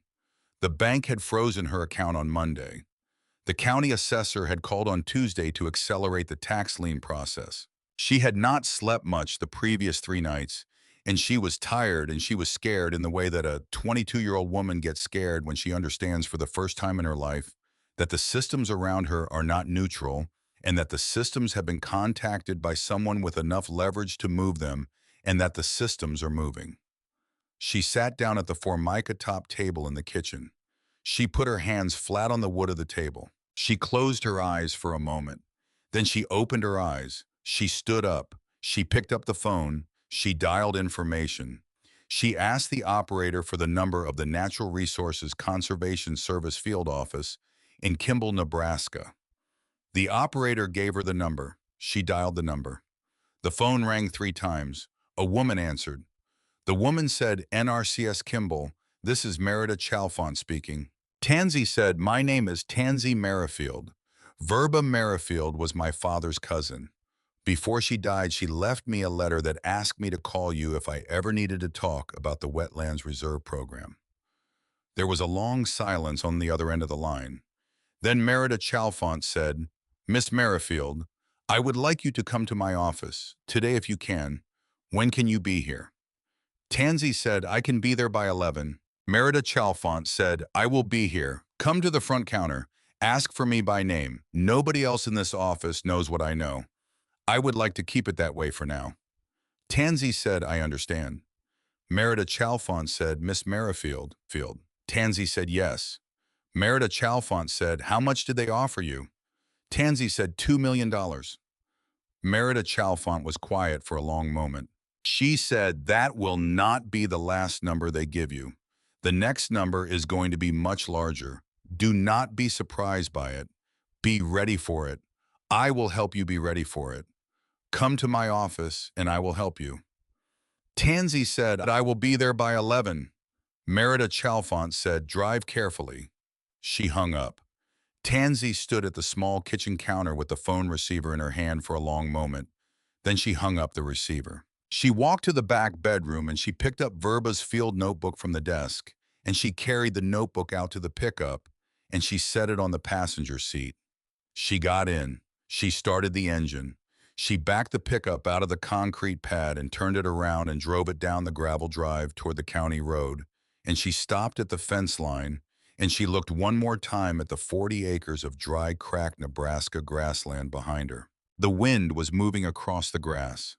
The sky above the horizon was the flat, pale color of an eggshell. Tansy Merrifield put the pickup into first gear and pulled out onto the county road, and she drove west toward the town of Kimball with Verba Merrifield's field notebook on the passenger seat beside her, and she did not turn on the radio for the whole of the 42-mile drive. She had 90 days at the outside before the county took the land. She had less than that before whoever had made the phone calls to the feed store and the bank and the assessor's office made the next set of phone calls. She had a meeting at 11 o'clock with a woman she had never met, but whose name had been written in a letter by her father's cousin, who had been dead for 4.5 months. She had a decision to make. She was going to make it. The Natural Resources Conservation Service field office in Kimball, Nebraska, occupied the north half of a low-tan brick building on Chestnut Street, 1 block off the highway, half a block from the Kimball County Courthouse. Tansy Merrifield pulled the 14-year-old Ford pickup into the small paved lot beside the building at 10:48 in the morning on the second Tuesday in July, 1998, and she sat in the driver's seat for 2 minutes with both hands on the steering wheel and the engine off. And she looked at the front door of the building through the windshield, and she thought about the specific quiet a person feels in the last few seconds before she walks through a door on the other side of which the whole rest of her life is going to look different. She picked up Verba's field notebook from the passenger seat. She got out of the pickup. She closed the door. She walked to the front door of the tan brick building. The front counter was staffed by a woman in her late 50s with a name tag that read Gertie, and Gertie looked up when Tansy came in. And Tansy said the words Merida Chalfont, and Gertie picked up a phone on the counter and dialed a 3-digit extension and said something into the receiver in a voice too low for Tansy to hear. And then Gertie hung up the phone and pointed down a short hallway that ran to the back of the building and said, "The third door on the left, Miss Merrifield." Tansy walked down the hallway. She stopped at the third door on the left. She knocked. The door opened. Merida Chalfont was in her early 60s. She was tall for a woman, 5 feet 10 inches or thereabouts, and she was thin, the way small-boned women got thin when they had spent 40 years working outdoors in the summer, and she wore a khaki work shirt with the NRCS patch on the shoulder, and a pair of dark green cargo pants, and a pair of hiking boots that had been resoled at least once. Her hair was gray at the roots and had been dyed a soft chestnut brown along the length of it, and she wore it cut short around her ears. Her eyes were a pale brown. She looked at Tansy for a long moment before she spoke. She said, "Come in, Miss Merrifield." Tansy came in. Merida Chalfont closed the door behind her. The office was small. It had a metal desk against the far wall with a computer on it, and a set of filing cabinets against the wall to the right, and a topographic wall map of Cheyenne County pinned to the wall to the left, with small colored push pins marking sites Tansy could not immediately identify. There was a single chair on the visitor's side of the desk. Merida Chalfont pointed to the chair. Tansy sat down. Merida Chalfont walked around to her side of the desk and sat down in her own chair, and she folded her hands on the desk in front of her, and she looked at Tansy for a long moment across the small space between them. She said, "I knew Verba for 22 years. Tansy said, "I did not know." Merida Chalfont said, "She was my hydrology instructor at Colorado State in 1976. I was 24 years old. I was in the second year of my master's program. She was 39. She was the best teacher I ever had. When I finished my degree in 1978, she wrote me a letter of recommendation for the NRCS. That letter is the reason I have the job I have." Tansy said she never told me. Merida Chalfont said she would not have. She did not talk about the people she taught. She did not talk about most of what she did. She kept everything close to her the way a person keeps something close when she has decided that the world is not always kind to the things you love in the open. She paused. She said, "She told me about you." Tansy looked at her. Merida Chalfont said in February of 1997, she drove down here to Kimball to have a conversation with me about a piece of property she owned in the north end of Cheyenne County. She had come to a decision about the property. She wanted me to know what the decision was in case she died before she got a chance to execute it. She wanted me to know because she wanted a witness inside the agency who would be able to help the heir if the heir ever showed up at my door. Merida Chalfont paused. She said, "You are the heir." Tansy said, "I am." Merida Chalfont opened the top drawer of the metal desk and pulled out a manila folder with a small red tab on the corner and set the folder on the desk between them, and she opened the folder and she turned it around so that Tansy could see the top page. The top page was a photocopy of a hand-drawn map of the 40 acres. The map was the same map that had been folded into the manila envelope taped to the inside of the back cover of Verba's field notebook. The same 47 circles, the same M in the north end of Cheyenne County. Merida Chalfont said, "She left me a copy. She said if you ever came in, this was what I was supposed to show you first." Tansy looked at the map. She said, "I have the original at home." Merida Chalfont said, "I know you do." She turned to the second page in the folder. The second page was a printed application form. Across the top of the form in block letters were the words, "Wetlands Reserve Program, Permanent Conservation Easement Application." Merida Chalfant said this is the application you would file if you decided to place the property under a permanent conservation easement. The easement would prohibit any commercial development of the aquifer beneath the surface. It would prohibit the sale of the water underneath to any private party. It would permit you to continue to live on the property, to graze cattle on it at low densities, to run whatever kind of small-scale dryland operation you wanted to run. It would not permit any drilling or pumping of the aquifer for commercial purposes by anyone ever in perpetuity. She paused. She said the compensation would be a lump sum paid at the time the easement is recorded, calibrated to the appraised value of the resources you are agreeing to protect. Tansey said, what is the appraised value? Merida Chalfant said, for a property like yours, the appraisal would take about 6 weeks. It would be done by a certified appraiser contracted by the USDA. It would take into account the volume of the aquifer, the commercial water rates in the region, the isolation of the pocket from the main body of the aquifer, and the projected demand over the next 50 years. Tansey said, what is the number? Merida Chalfant looked at her for a long moment. She said in her letter to me last February, Verba estimated the appraisal would come in at approximately $40 million. Tansey did not react. She had already known the number. She had read it on the folded sheet of graph paper in the sealed envelope 4 nights earlier under the yellow overhead bulb in her kitchen. Merida Chalfant said, the USDA does not have $40 million sitting in a checking account. That is not how the program works. The compensation is paid over a period of 12 months from the date of the recording in equal quarterly installments. If you accept the easement today, the first installment would arrive at your bank in the first week of October. The full amount would be paid by the following July. Tansey said, my bank has frozen my account. Merida Chalfant's face did not move. She said, since when? Tansey said, since yesterday. Merida Chalfant said, Cordis Yardley at the First State Bank. Tansey said, how did you know? Merida Chalfant said, because Cordis Yardley's brother is the vice president of the firm in Denver that Purvis Hollister works for on the side, and Cordis Yardley has been doing this for 11 years, and I have been watching her do it. Do not use the First State Bank.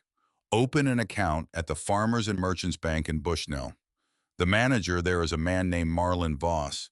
He is not connected to any of the parties. I will call him this afternoon and tell him you are coming. Tansey said, thank you. Merida Chalfant said, the tax lien. Tansey said, $5,240. The county has flagged it for accelerated review. Purvis Hollister called me yesterday morning. Merida Chalfant said, the tax lien is not going to be an issue.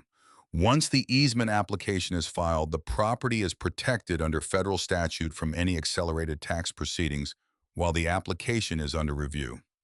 That protection kicks in the day the application is stamped. We can stamp it today. Tansey said, how long is the review?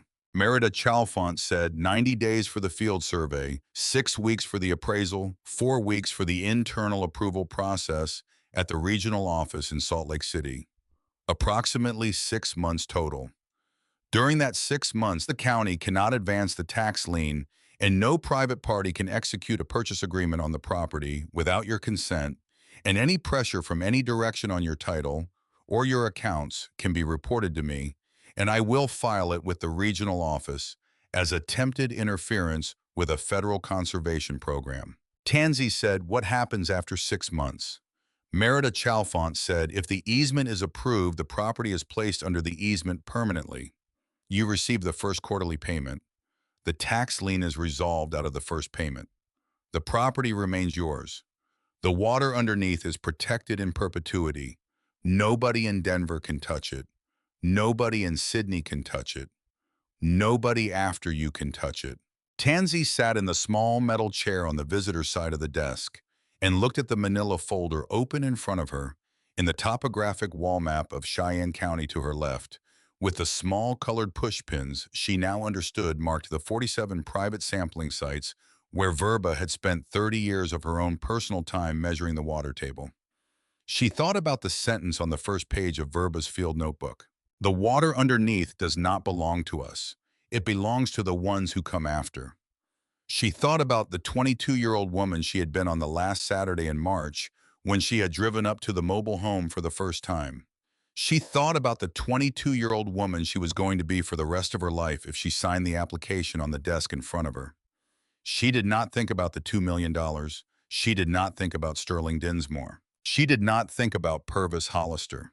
She thought about the third sentence she had written to Verba in December of 1996 on a piece of notebook paper she had bought at Wexler's grocery for $1.19, and about the way that sentence had traveled across 18 months of Verba's silence and had come back to her now in the form of a manila folder open on the desk of a woman named Merida Chalfont in a small tan brick building in Kimball, Nebraska. She looked up from the folder. She looked at Merida Chalfont. She said, "Where do I sign?" Merida Chalfont turned the application form around on the desk so that it faced Tansy right side up, and she took a black pen from a small ceramic cup on the corner of the desk, and she set the pen on top of the application, and she said, "The signature line is on page 14. Take your time. I am not in a hurry." Tansy picked up the pen. She read the application front to back, one page at a time, before she signed anything. It took her 41 minutes. Merida Chalfont sat across the desk from her without moving for the whole of the 41 minutes, and she did not answer a phone call that came in on the desk phone at 11:23. And she did not look at the clock on the wall behind Tansy, and she did not offer any coffee or water or any of the other small hospitalities a person offers to another person to fill the silence when the silence is not comfortable. The silence was comfortable. Tansy read every page. She marked 3 places in the margins where she had questions, and Merida Chalfont answered the questions in short, precise sentences that did not oversell anything. At the end of page 14, Tansy took the pen and signed her name in the specific slanted hand she had learned at Sydney High School. Tansy Merrifield. Under the signature line in a smaller hand, she wrote the date. The 14th of July, 1998. Merida Chalfont picked up the application. She turned it over. She read Tansy's signature. She looked at the date.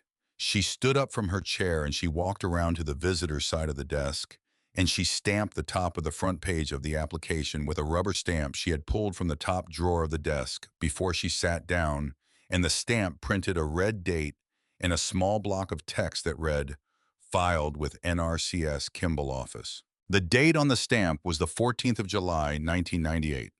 Merida Chalfont said the property is under federal protection as of 11:47 this morning. Tansy said, "Thank you." Merida Chalfont said, "You do not need to thank me. I owed her a debt of 22 years. I am glad to pay it." Tansy said, "So am I."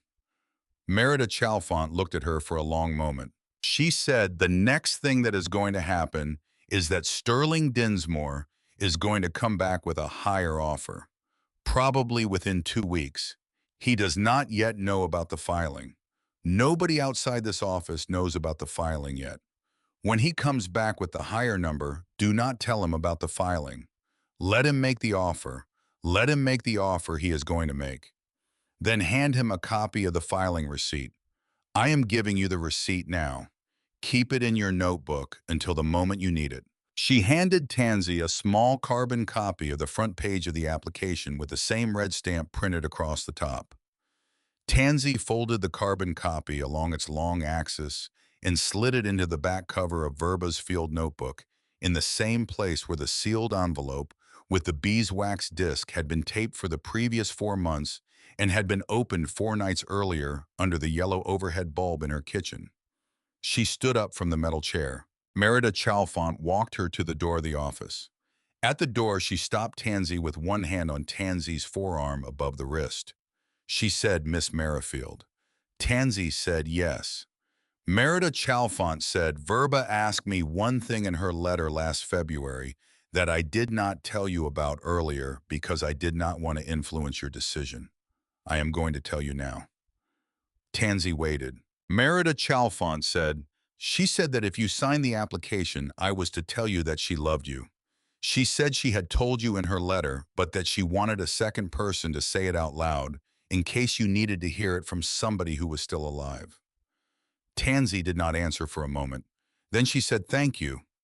Merida Chalfont said, "You are welcome." Tansy walked out through the front counter of the office and past Gertie at the front desk and out the front door of the tan brick building on Chestnut Street, and she got back into the 14-year-old Ford pickup, and she sat in the driver's seat for a long moment with both hands on the steering wheel and the engine off. She did not cry. She had done that already 4 nights earlier at the Formica top table under the yellow overhead bulb. She started the engine. She drove east toward Bushnell to open an account at the Farmers and Merchants Bank with a man named Marlon Voss, whom she had never met and whose name she was going to remember for the rest of her life. Sterling Dinsmore came back on the second Wednesday in August 4 weeks and 1 day after the first visit. The black Lincoln Town car turned off the county road at 3:11 in the afternoon, and it rolled up the gravel drive at the same careful speed as before. And the driver did not stop at the fence line or at the barn, and he pulled the car all the way up to the concrete pad in front of the mobile home, and he shut off the engine. Tansy was on the porch. She was in the same folded aluminum lawn chair with the green nylon webbing. She had Verba's field notebook open across her thighs. The mason jar of ice water was sweating on the concrete beside her right boot. Sterling Dinsmore got out of the passenger side of the Lincoln. He was wearing a different suit this time. Navy blue, same Italian leather shoes, same slim brown leather portfolio in his left hand. He walked to the base of the 2 concrete steps. He looked up at Tansy in the folded aluminum lawn chair. He said, "Miss Merrifield." Tansy said, "Mr. Dinsmore." He said, "I appreciate you seeing me again." She did not answer. He said, "I have a revised offer to bring to you today. The board of my firm authorized it on Monday. I drove up this morning to present it in person because I did not want to lose another week to the mail." He climbed the 2 concrete steps to the porch. He stood beside the folded aluminum lawn chair. He opened the leather portfolio and pulled out a single sheet of paper and held it out toward her, and Tansy did not reach up to take it, and Sterling Dinsmore lowered the paper slowly to the concrete beside the mason jar of ice water. He said, $15 million, Miss Merrifield. Cash, closing in 30 days, same terms as before with respect to the property title. That is the number the board authorized. That is the final offer we are prepared to make. Tansy looked at the sheet of paper on the concrete. She did not pick it up. She said, "You have driven a long way, Mr. Dinsmore." He said, "I have." She said, "You are going to be driving back." Sterling Dinsmore's face did not change. He said, "Miss Merrifield, I would ask you to consider the offer carefully. $15 million is a substantial sum of money for any private landowner. It is life-changing money. It would resolve every issue on this property and every issue in your personal life for the rest of your natural life. It would allow you to live in any city, in any state, in any country, at any level of comfort you chose. I am asking you respectfully to consider what you would be walking away from if you turn this down." Tansy said, "I have considered it." She reached down. She picked up Verba's field notebook from where it had rested across her thighs. She opened the back cover. She pulled out the folded carbon copy Merida Chalfont had given her 4 weeks and 1 day earlier at the small tan brick building on Chestnut Street in Kimball. She unfolded the carbon copy. She held it out to Sterling Dinsmore. Sterling Dinsmore took the carbon copy. He looked at it. The color of his face did not change, but something behind the color of his face did change. And Tansy Merrifield could see the change in the small tightening at the corners of his eyes and the small stillness that moved into his shoulders and the specific quiet that spread from the center of his chest outward across the whole of him. He read the carbon copy twice. He read the red stamp at the top of the page. Filed with NRCS Kimball office. 14th of July, 1998. 29 days earlier. Sterling Dinsmore looked up from the carbon copy. He looked at Tansy. He said, "You filed this a month ago." She said, "I did." He said, "You knew you were going to file it before I made the first offer." She said, "I knew I was going to file it the night I opened her letter. I filed it the next Tuesday. It was the second Tuesday in July.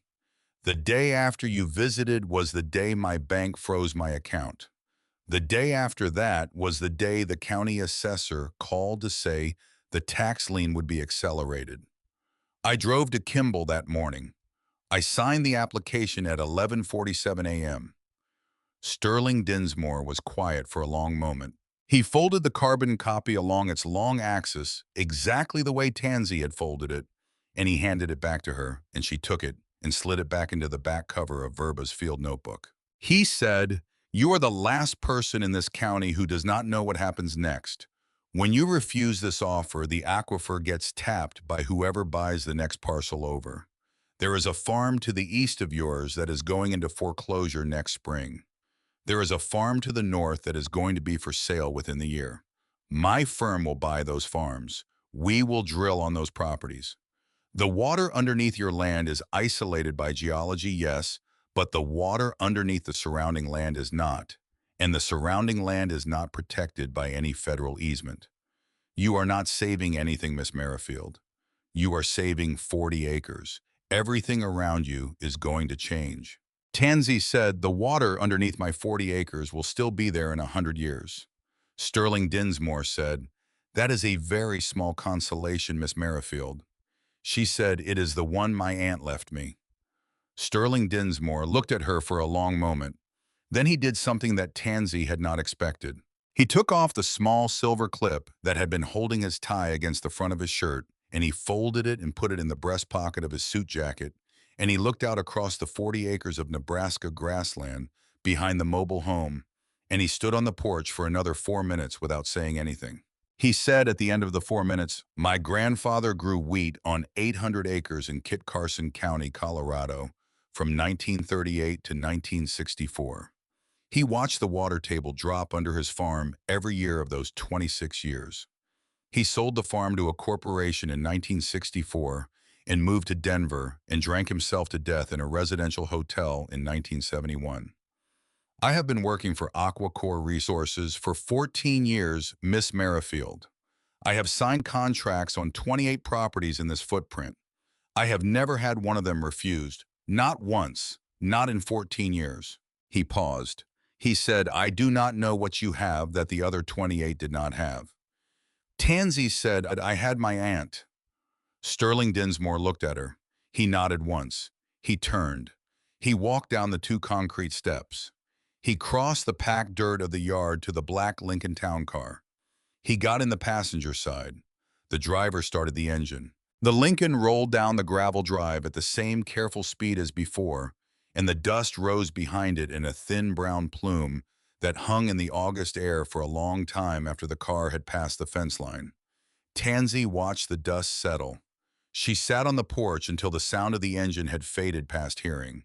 Then she picked up the sheet of paper with the $15 million offer written on it, and she carried it inside the mobile home, and she put it in the top drawer of the small Formica top kitchen table next to the $2 million offer from a month earlier, so that she would remember for as long as she lived on the 40 acres exactly what she had refused. She wrote 3 lines in her own notebook that evening under the yellow overhead bulb. Sterling Dinsmore, second visit, $15 million. I gave him the carbon copy. He drove away. She did not underline the 3rd line. She closed the notebook. She went to bed. The article in the Cheyenne Standard ran on the 3rd Thursday in October 1998 on the front page above the fold, under a photograph of Tansy standing beside the west fence line of the 40 acres with the mobile home in the background, and her canvas jacket zipped up against the October cold. The headline was 5 words long: "She would not sell." The article ran 940 words. It described the estate sale in April at which Tansy had accepted the inheritance from her father's cousin. It described the field notebook and the sealed envelope and the letter Verba had left. It described the Wetlands Reserve Program application and the appraisal and the permanent conservation easement. It described the $2 million offer and the $15 million offer and the young woman who had refused both of them. It did not describe Sterling Dinsmore by name. Merida Chalfant had told Tansy that naming him publicly would not help her, and Tansy had trusted Merida Chalfant on that point and every other point since the 14th of July, and the reporter had accepted the omission without argument. The article was picked up by the Nebraska Public Radio affiliate in Lincoln the following week. Tansey sat for an 8-minute interview with a reporter named Deirdre Ashby at the small radio station in Sydney on the last Wednesday in October, and the interview aired the following Monday morning at 7:15, and it was rebroadcast on the evening news the same day. By the time the appraisal came back from the certified USDA appraiser, in the second week of November, the number was $41,400,000, and Tansey signed the acceptance paperwork at the field office in Kimball on the third Friday in November, and Merida Chalfant walked her to the door of the office at the end of the meeting and shook her hand at the doorframe. The first quarterly payment arrived at the Farmers and Merchants Bank in Bushnell on the 7th of January, 1999. Tansey did not touch most of it. She paid the tax lien in full, $5,240. She paid Merrill Bold at the law office for the paperwork he had processed the previous March, $280. She bought a new roof for the mobile home, a proper metal one that would last 30 years from a contractor in Sydney, $4,200. She bought a small used tractor from a farmer outside Potter, $2,600, and a set of hand tools from the hardware store in Sydney, $180. She bought a milk cow. The rest of the first payment she left in the account at the Farmers and Merchants Bank, and she put 90% of every subsequent quarterly payment into a set of certificates of deposit that Marlon Voss recommended, and she lived for the whole of the 20 years that followed on the interest. And she never touched the principal. She did not need to. The United States Geological Survey issued a formal recognition of Verba Merrifield's private aquifer mapping work in the second week of March 1999. The recognition came in the form of a 2-page letter from the director of the Denver Federal Center office signed and dated the 11th of March, and it acknowledged that Verba Merrifield had, over the course of 30 years of unpaid personal time, documented 5 confined aquifer pockets in the Western High Plains footprint that had not previously appeared in the USGS database. The letter arrived at Tansey's mailbox at the end of the gravel drive on a Saturday morning. Tansey read it standing at the mailbox. She read it twice. She walked back up the gravel drive to the mobile home, and she taped the letter to the inside of the front door where she would see it every time she left the house, and she did not take it down for the next 4.5 years. The USGS added the 5 aquifer pockets to the National Aquifer Map in the June 1999 update, with a footnote in the citation section that read simply, Merrifield v. Private Survey, 1968 to 1997. Verba Merrifield's name was on the map. Tansey walked out to the gravel drive on the last Saturday in March 1999, exactly 1 year and 1 month after Verba Merrifield had died in the front bedroom of the mobile home. She stood at the spot on the gravel where Sterling Dinsmore's black Lincoln Town Car had parked on the second Thursday in July of the previous summer. She stood there for a long time. She thought about a woman she had barely known who had spent 30 years measuring the water table of the Western High Plains for the United States Geological Survey, and had spent the same 30 years measuring 5 private sites that no one else in the world had known existed, and who had waited through 3 separate offers in 1972, in 1979, and 1992 for a person to arrive on the property who would understand what the waiting had been for. Tansey Merrifield understood standing on the gravel that Saturday morning that Verba had not been silent because she was ashamed of the work. Verba had been silent because she had been waiting. She had been waiting for the letter Tansey had written her in December of 1996. She had been waiting for one question in 3 sentences on a piece of notebook paper from a spiral notebook that had cost $1.19 at Wexler's Grocery. She had been waiting for the specific 22-year-old woman who was standing on the gravel that morning to become the specific 22-year-old woman she had needed to be for the water underneath to stay where it was. Tansey stood on the gravel for another minute. She walked back to the mobile home. She did not cry. She had already done that.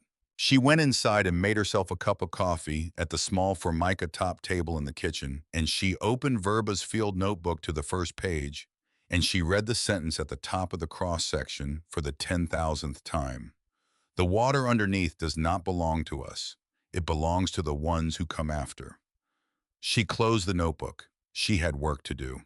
The visit to Wendell Gable's farm happened on a Saturday morning in the second week of April 1999. Tansy drove the 14-year-old Ford pickup 3/4 of a mile east across the county road to the Gable place. And she stopped at the gate and she got out and she walked up the gravel drive to the farmhouse. Wendell Gable was on the porch. He was sitting in a wooden rocking chair with a mug of coffee in his hand. He looked up when Tansy came up the drive. He did not stand up. Tansy stopped 10 feet from the porch. She held Verba's field notebook in her right hand. She said, "Mr. Gable." Wendell Gable said, "Miss Merrifield." She said, "I want to show you something. If you have 5 minutes." He said, "I have 5 minutes." Tansy climbed the 2 wooden steps of the porch.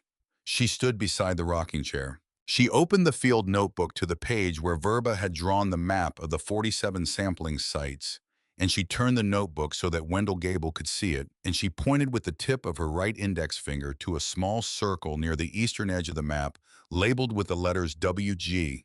She said, "Your well is here." Wendell Gable looked at the map. He looked at her. He said, "How did she know where my well was?" Tansy said she measured it every fall for 23 years. She wrote the numbers down. "Your well sits at the edge of the isolated pocket. The clay lens that protects my aquifer runs under the northwest corner of your property. The water underneath your well is part of the same isolated pocket.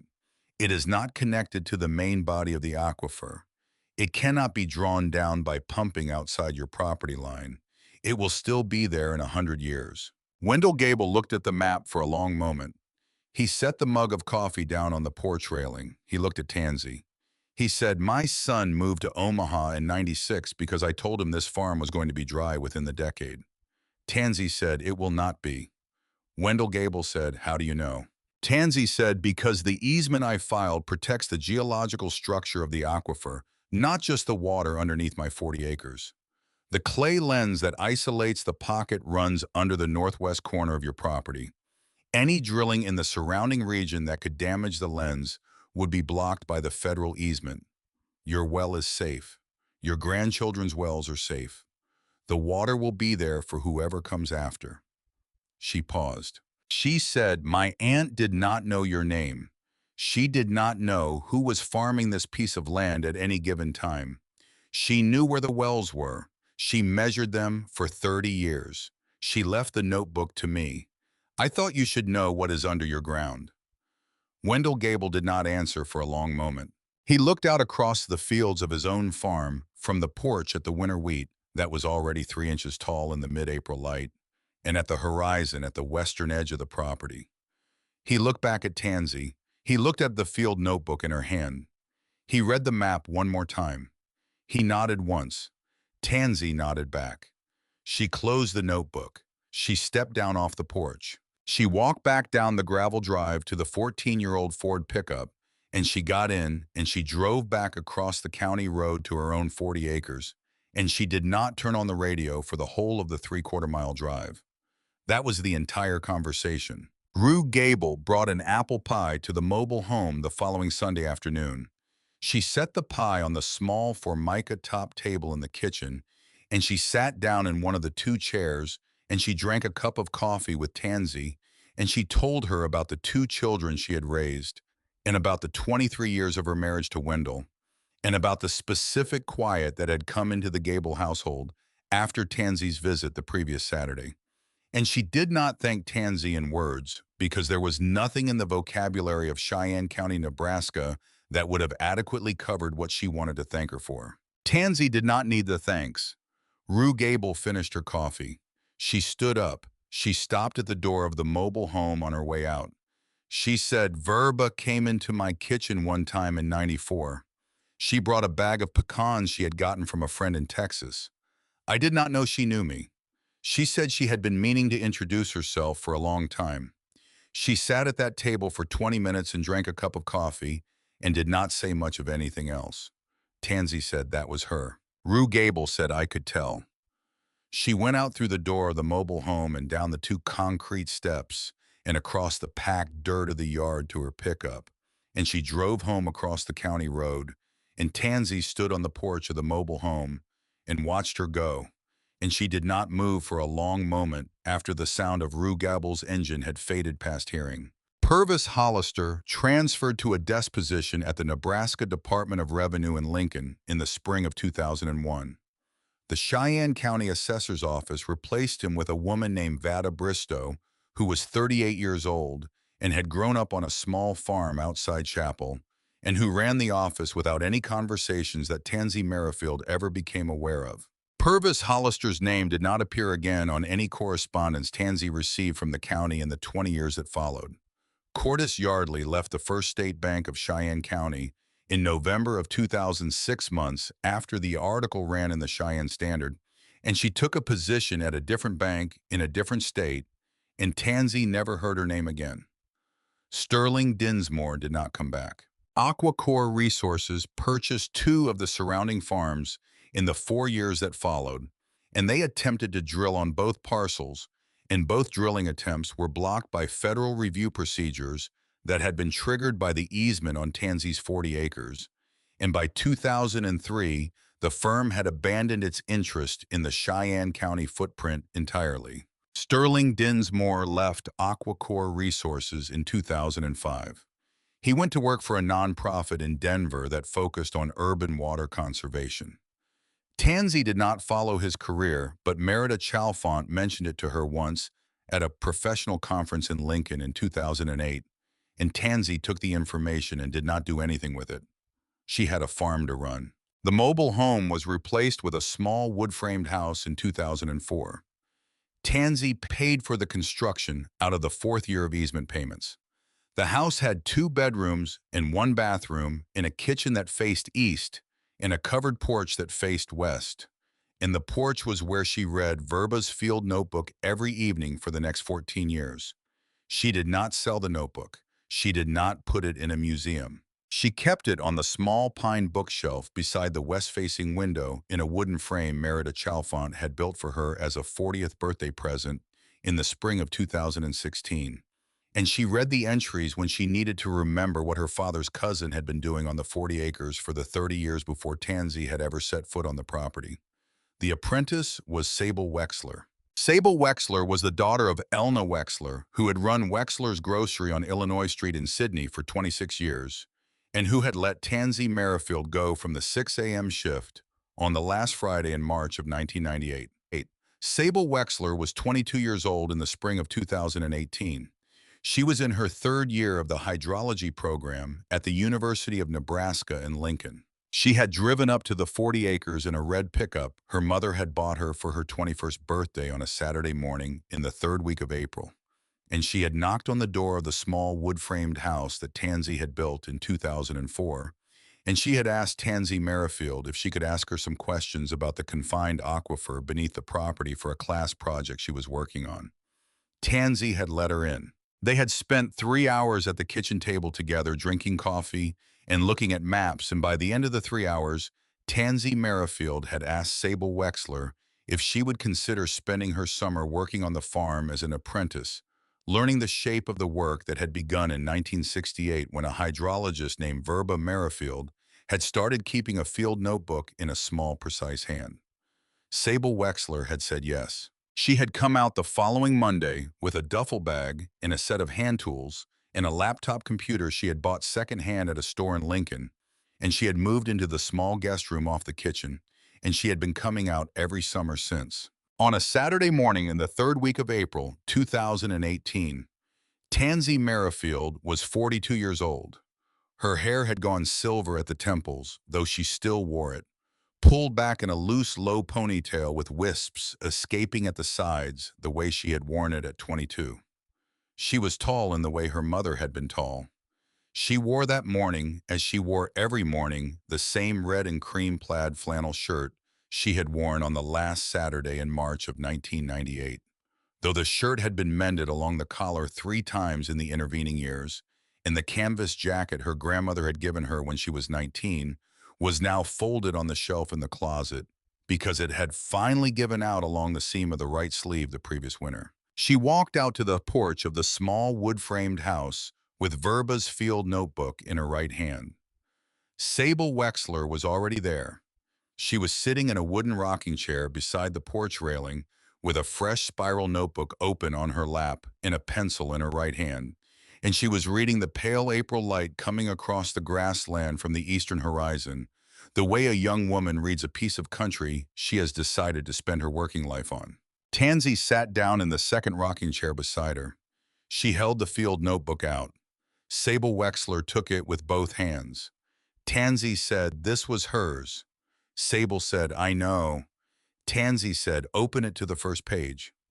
Sable opened the field notebook. The first entry was still there, dated the 14th of August, 1968, in Verba Merrifield's small, precise hand. Tansy said, read the sentence at the bottom of the cross-section. Sable read the sentence out loud in the April morning light. She said, the water underneath does not belong to us. It belongs to the ones who come after. She wrote the sentence in her own spiral notebook. Tansy watched her write it. The grassland stretched behind them. The same grassland Verba Merrifield had measured for 30 years, the same grassland. Tansy Merrifield had walked every morning for 20 years, and beneath the grassland, the isolated pocket of the Ogallala Aquifer that Verba had drawn on a folded sheet of graph paper in the summer of 1994, still held 12 billion gallons of fresh water that no commercial firm would ever draw down. And the wind moved across the porch, and the sun came up higher over the eastern horizon, and the water underneath the 40 acres was going to stay where it was for the next 100 years, and for the 100 years after that. And Tansy Merrifield sat in the rocking chair beside the second rocking chair on the porch of a small wood-framed house she had built with the fourth year of a payment that had come from a program a stranger named Merida Chalfont had told her about at 11:47 in the morning on the second Tuesday in July of 1998, and she did not speak. The work had a keeper now. The work was going to have another keeper after Sable. The water was free. The water was going to stay free. Verba Merrifield had waited 30 years to make it so, and Tansy Merrifield had waited another 20, and the waiting was going to keep on going for as long as there was somebody willing to sit on a porch with a field notebook in her hand and tell a young woman what her aunt had known. Sable turned to the next page of the notebook. She read the second entry out loud. Tansy listened. The wind moved. The grassland kept its water.